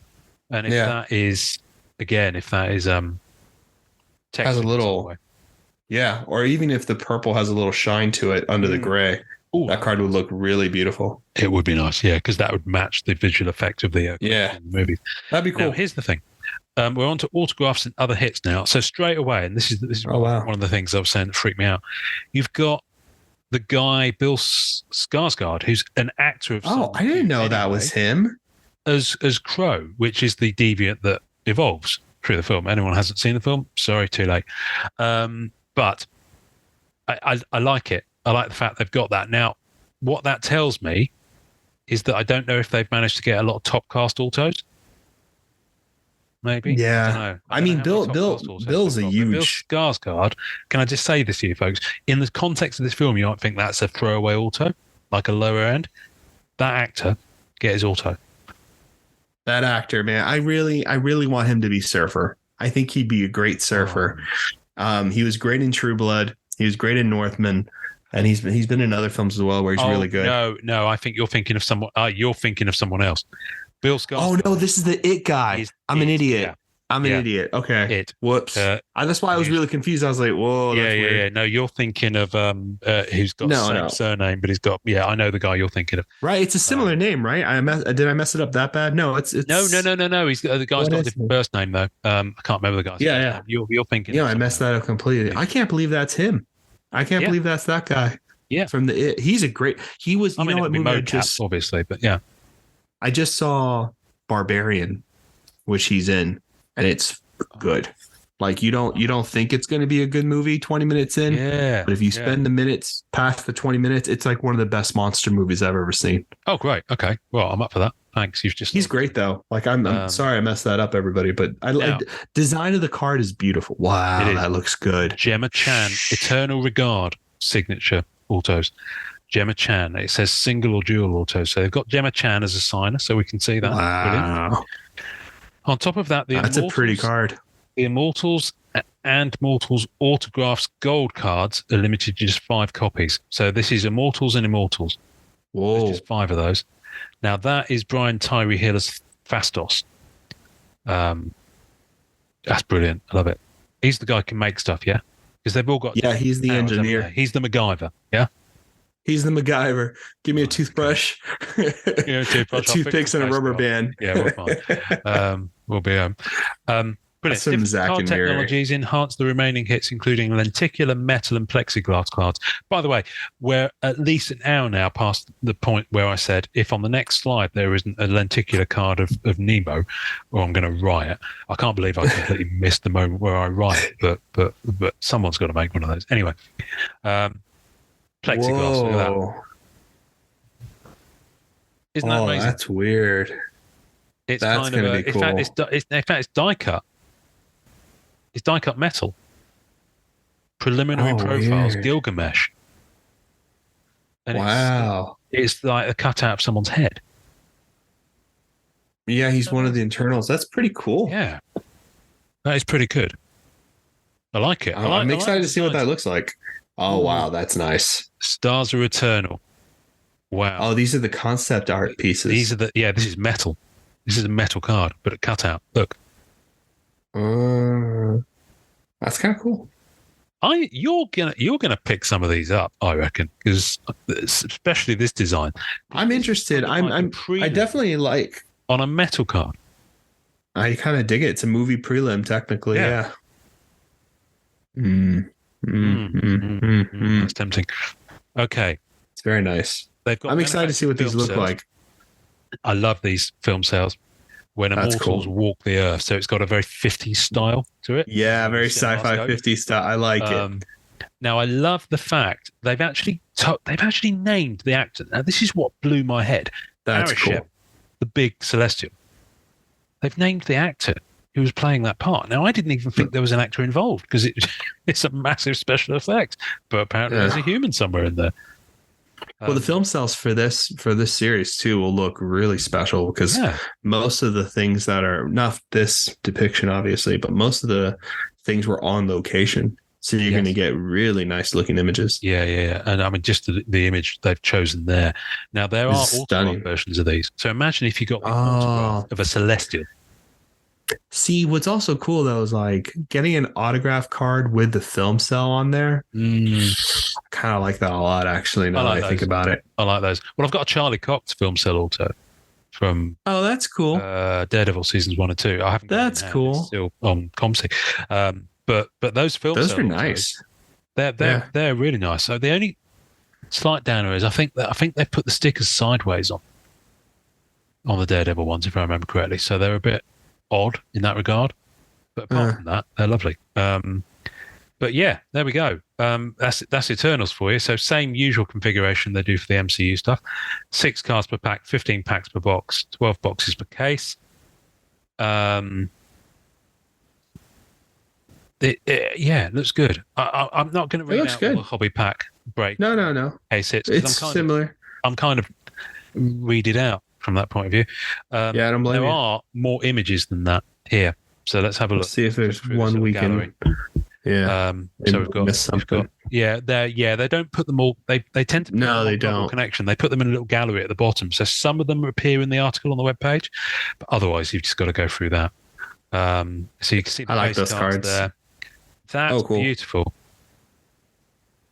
This is the whole concept of the film. Like the Earth is an egg for a massive interdimensional being that's going to hatch out and like. That's. I mean, like it's crazy. But by the time I got to that point, I think my brain was so fried. This is why I need to see the film. I mean, there's a lot of. I mean, you're moving through a lot of different spaces. Eons. I mean, it's. Look at the visual. The visuals are nice, man. It's a good movie. So it's a stunning looking movie. It's going to be a stunning looking set by the looks of this. I mean, just the way they've the Bollywood. That was the best. Brilliant. I love his valet that sort of follows him around and manages to survive all those battles. What's that? That's such a good job. I wonder if they have his auto. I'll probably. Did he end up going into space with them at the end? During that. So in the end, we get appearances. Sorry, spoiler alert. At the end, we get appearances by Pip the Troll and Thanos' brother, who is Harry Styles, who I forget his character name. I can't remember his character now. I don't remember either. Is it Warlock? Adam? No. It's not Adam Warlock. It's it's on that Thanos' brother who is in comic series, though, isn't it? Yeah, it's from the actual like Infinity Gauntlet series because his brother's like a big part of it. He's in it. I don't remember. The valet is the Asian valet who, the Indian valet who's with him in the Bollywood scenes, who survives all those battles.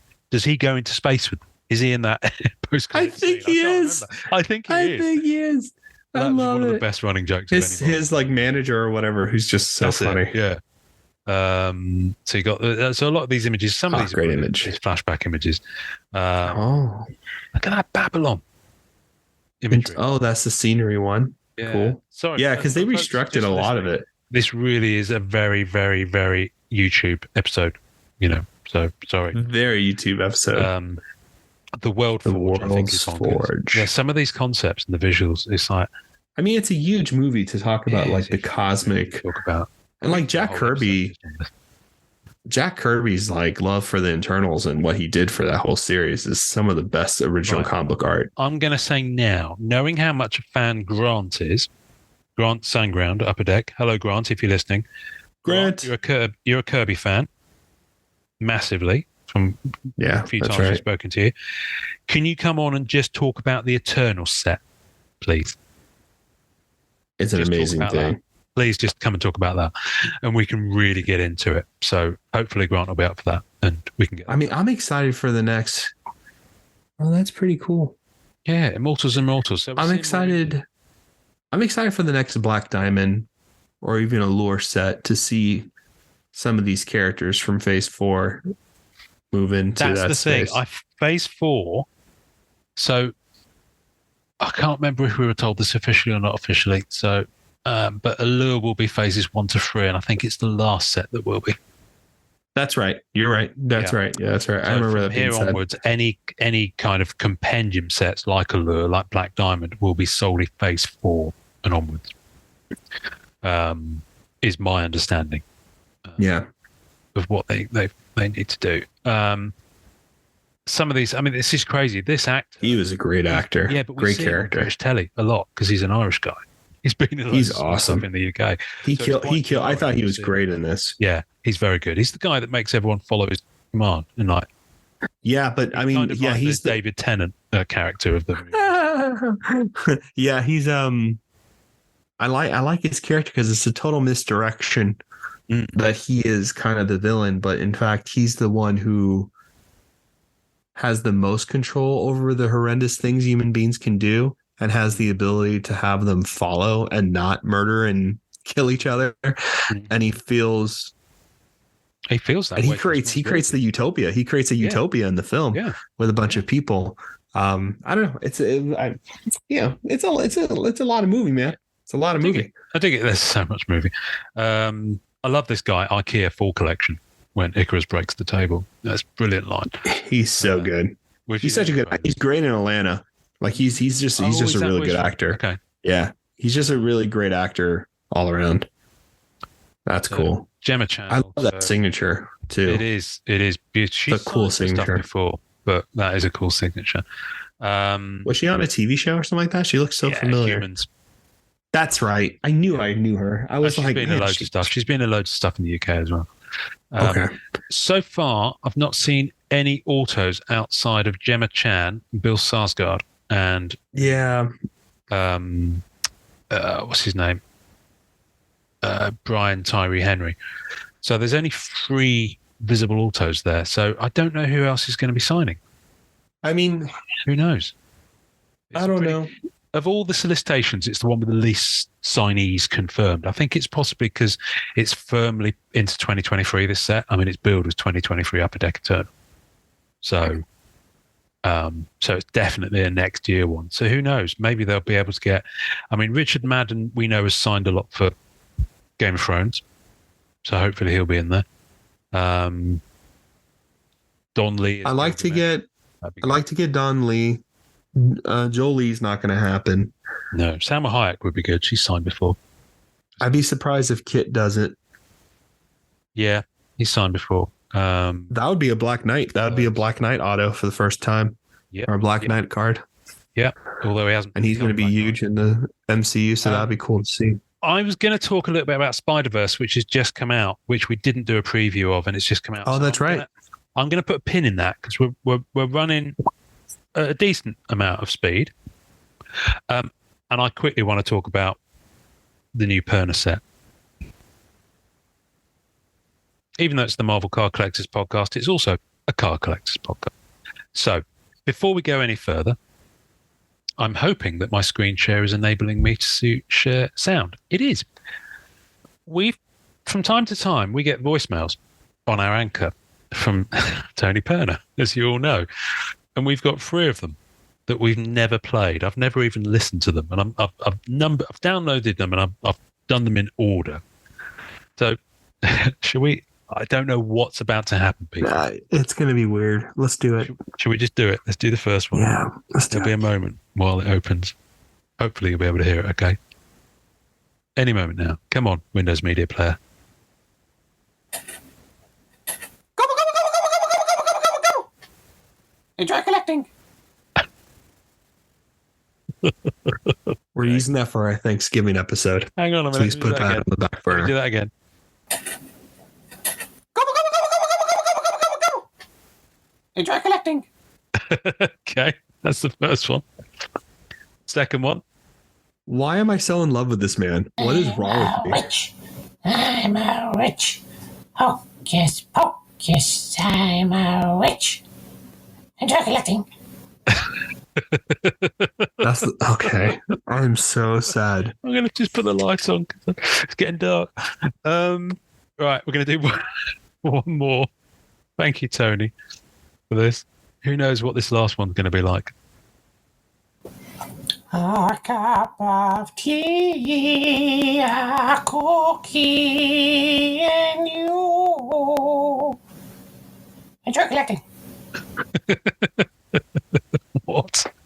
I want one of those 4 CD albums that you would see on a late night shopping channel. Oh my God. And I want it all to be Perna signing off in different ways. Oh my goodness me. No, what I want. Is that possible to get that for Christmas? You know those 16-button sound boxes you get with little special effects on? That's even better. All these. That's even better. I'm in. We're going to talk about the new Perna set, which you ordered. How many did you order? Hello. I ordered a lot. We will stop share at this point and we will go to right. So hang on. Snap. There we go. So in here, the new set is Hallow Inc. 2. Now, Hallow Inc. The first Halloween set came out in 2019, and basically it's a Halloween set, but it's black and white, so there's no color. So it's an ink set. And as usual with the Perna sets, you order a base set, which will be anything from 10 to 20 cards, and there'll be a chase card in there. There's a possibility of a metal variant insert, and there'll be a sketch card. And I believe when they do their orders, they open it up at a certain time, and people can order up to 10 sets. A lot of people go in for multiples because they're going after the sketches. So I didn't. I completely missed it whatsoever, that it was coming out. And then Elaine put up for sale some metal variants of the promo cards. Ooh. Yeah, it was $30, and you got a metal variant of the promo cards plus one of the promo cards. So that's one of the metal variants. Oh, so you did it? Ah, lucky. Yeah, so I did it. That's and then cool. bless them if they didn't send me a base set in with it. So they've sent me a base set, which was very kind of you. So thank you, Tony and Elaine. So so what are you showing me? Is that a metal variant? This is a metal chase. It's Tony Perna's work, which I'm obsessed with. Right, because I actually really love. See that a bit closer. It's a really great card called The Faceless, and this is Tony's work on top of that. I wish I had some more cash. Otherwise, I'll buy some other sketches that I want. Do you want to see the metal variant, the metal chase I got? So the metal chase are randomly inserted. The Headless Horseman one is I'm jealous of. Well, the one I've got, my daughter wants, is numbered LG. Which one? What's yours numbered? Because I don't know how many there are. Oh, TP1. Ah, okay. So Tony Perna 1, that implies that he's done more than one. Because this one's by Lindsay Grayling, who's the co-host of Penciled In podcast, who we spoke to with. Oh my gosh, she's so nice. Yeah. I love her. Yeah. So that's the back. So it's LG free. So there must be. Oh, did you get the which one? No, I got the Trick or Treat one. And look how cute. Yeah, the which one? Molly Rose wants it. Yeah, obviously. It's got another one of these. Before Ian loses it. Because my daughter's going to snuffle that one. I think that's beautiful. It's really cool. It is. I like the black and white metal stuff a lot. That was impressive. They're so cool. I should buy more. They really are. There's a canvas card that's stunning that my daughter also I love the canvas cards. Oh my god. Let's have a look at these. Look at the texture on that.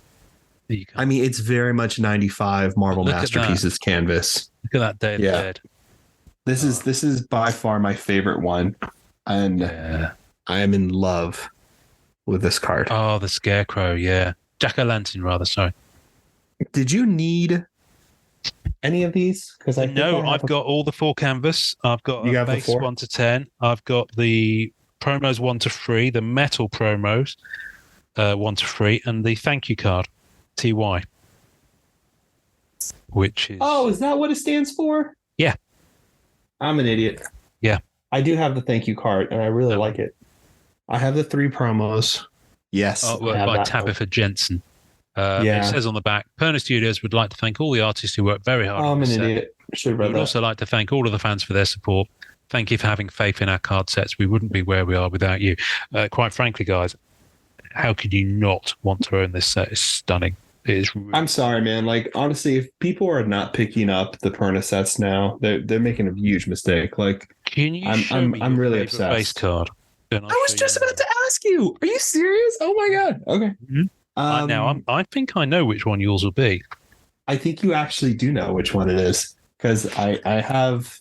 Yeah. Oh. Yeah, it's obvious. Right. It's pretty obvious. Let me. I'm going to show you mine. All right. Show me yours. Oh, that's a beautiful one. That's actually one of my 10, top 3. Hanny mode. I also it's like amazing. Card number 1 from Arwen Necker, which is astonishing. Oh, that's pretty cool. But yeah, this one I love it. It's got a cat. So, all of them are really good. It's got a witch. It's got a pumpkin. I love it. So right, what's yours? Show me. I was not going to go with that one for you. Really? Martigan. Yeah, werewolf. Yeah. No, I was going to go. I was going to suggest that you would be really into card 7. It's not the Matt and. Oh yeah, that's actually I do like that card. I thought you were going to pull that one out. No, I'm all about. But I know why you went for that one because that's quirky. I like the werewolf one. I like how bright it sits on the card. I like it a lot. Actually, the witch one is actually one of. I actually really like the promo cards quite a bit, but I think my favorite card, not base, but my favorite card, like in everything, has to be the Scarecrow canvas one I just showed you. That's my favorite for sure. Without a doubt. Of the promos, it's definitely this one. And I'm going to show you the metal version because the black and white pops so much more on the metal. Oh, man. Yeah, you bastard. That's that one. I have to get that. Look at the shine on PJ, man. Effing PJ. It's stunning. There we go. Effing PJ. Yeah, you've got the regular one there. This is the metal. The metal's amazing. I'm jealous. I got to get the metal. I should have picked them up. So I wasn't thinking. You hit up the lane. I'm sure they might still have some. No. I'm sure there's $30. Yeah. They're for a tenner. They're for a $10. No, they're the best. They're the best. I'm sure they would. So yeah, hats off to you guys. I mean, it goes in the set with all the various Halloween sets they've done. They've done 4 Halloween sets, 2 Halloweens. Have they done 4 Halloween sets? Yeah, they're 4. There's the last one was Lady Nights. And then I also in here, because they don't have their own binders yet, I've got Creatures of Myth and Legend. I have that Witchcraft. Witchcraft is my favorite. Beautiful art. Witchcraft. And then, yeah, that's it. And then all the other Perna sets I've got in the other binder, which is the very based ones. Look at that. They're stunning cards. They're awesome. So you got the 4 Halloween sets. You got your Witchcraft set, which is amazing. And again, with these sets, they're very small sets. It's like a microbrewery is the way I like to think of it.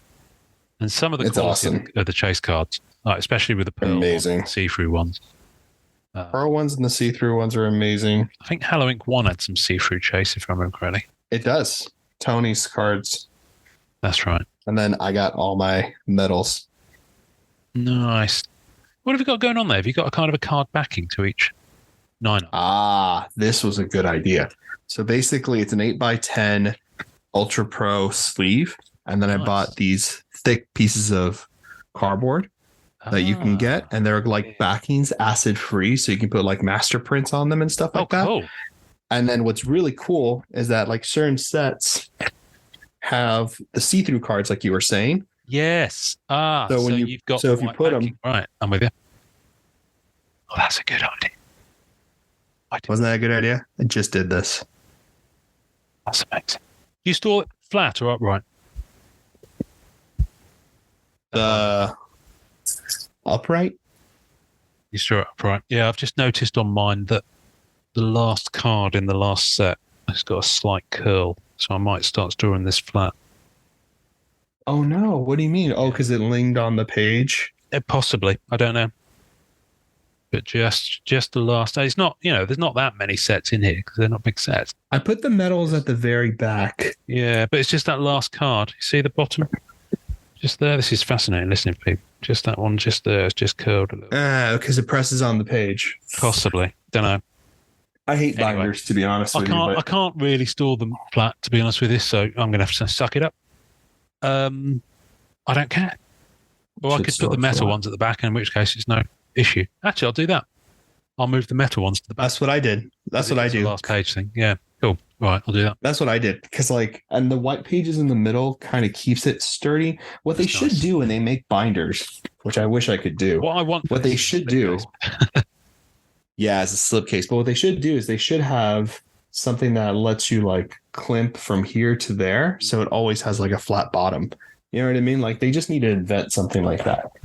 But these are the sketch cards I have for trade. Oh, yes. The bottom one was a gift. By the time people see this, I'm going to put a disclaimer in here. By the time people see this, you might already have traded these. I don't know. They've been up for a while now. But people can hit me up. I can hold. Beautiful. But they're pretty good. Very nice. So I got Leon, Jamie. I don't remember who that was. This person's pretty great. And this is Ariel Woot, who I really like too. So the little monkey's really cute. I love it. Yeah. I like this one. Came out really good too. What sort of thing are you after then? Werewolves? So I like witches and werewolves. There's a werewolf one I should just buy. I'm gonna see if he'll take 150. I do like it. I'll show it to you and you tell me if you're into it. Mm-hmm. But I bought this one off eBay because I didn't have a witchcraft sketch, but I loved that. Oh, that's nice. And it has a whole purple effect. It's actually really cool. I'd say that. That's good. Plus, I really love this artist. So Danielle is really cool. But these were my pulls from the Halloween thing that I'm keeping. Oh, come on. Here we go. Yeah, so this is going to get pretty bad. I actually wasn't going to show these because I don't want to be harassed, but it's for the podcast. So, but I got this beautiful one. Oh, nice. Which I really dig. Is that? This looks. It's Tansa. I forgot how to say her name. She's really good. Oh, Tanzia. That's it.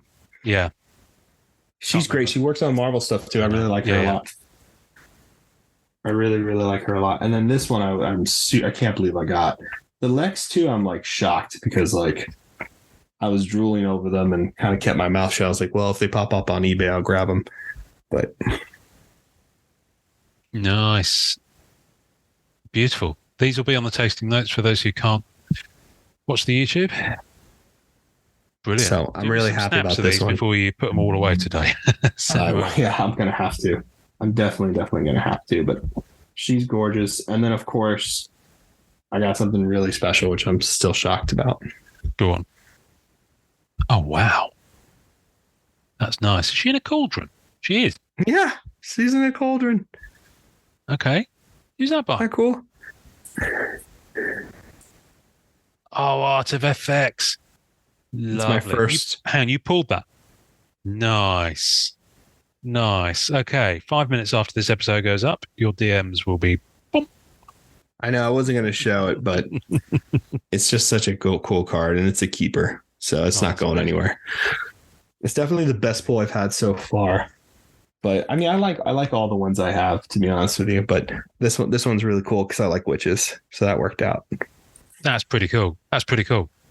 Yeah. Right. We are going to wrap up at this point because we've gone on for far too long. Upper Deck, thank you for sending the solicitations over. We appreciate it. Spider-Verse is out now, but we'll talk about that on a future episode. So I'm hoping maybe we can get some of the product to review. So we'll see. I know people are starting to open it, and there's some cool stuff coming out. To actually see the film, I still haven't seen it. It's really good. Really, really good, actually. And I might rewatch it tonight. Well, there you go. As for these Disney Plus sets, I'm all over that, like a tramp on chips. They look good, man. They look really, really good. And I'm really excited about the Eternals one. I want to rewatch Eternals right now. But I can't. You want to what? I've got to go. I want to rewatch Eternals right now, but I can't. So I've got to go and watch dinner. I've got to go and cook dinner and all that, and do stuff. Right. Should we let Tony? Let Tony take us out. Obviously. Take us out. Yeah. Now, which one was the most amusing one? Let's do the Halloween one, since we didn't have a Halloween takeout session. Which one's that? Second one. I'm just going to press play. Second. Press play. Let's just maybe I'm wrong. I'm a witch. I'm a witch. Hocus pocus. I'm a witch. Enjoy collecting. Thanks for listening to the Marvel Card Collectors podcast. Visuals and tasting notes for each episode can be found on our Facebook page. You can subscribe and leave us a voicemail via our home on anchor.fm/MCCP. We're also on iTunes, Spotify, and all major podcast platforms. Please take a second to subscribe, like, and review our show wherever you get your podcasts. Our podcast can be found by Googling @the MCC Pod, which will also find us on Facebook, Twitter, YouTube, and Instagram. Our Facebook community is at MCCW, Marvel Card Collectors Worldwide, and MMC, Marvel Masterpieces Collectors. The great music we use is called Rocket Power by Kevin MacLeod. Thanks to the collectors, artists, and creators who support the Marvel Cards Fan Collective. We'll see you next time, and remember, it's a small hobby but a fun one. Make mine Marvel and enjoy collecting.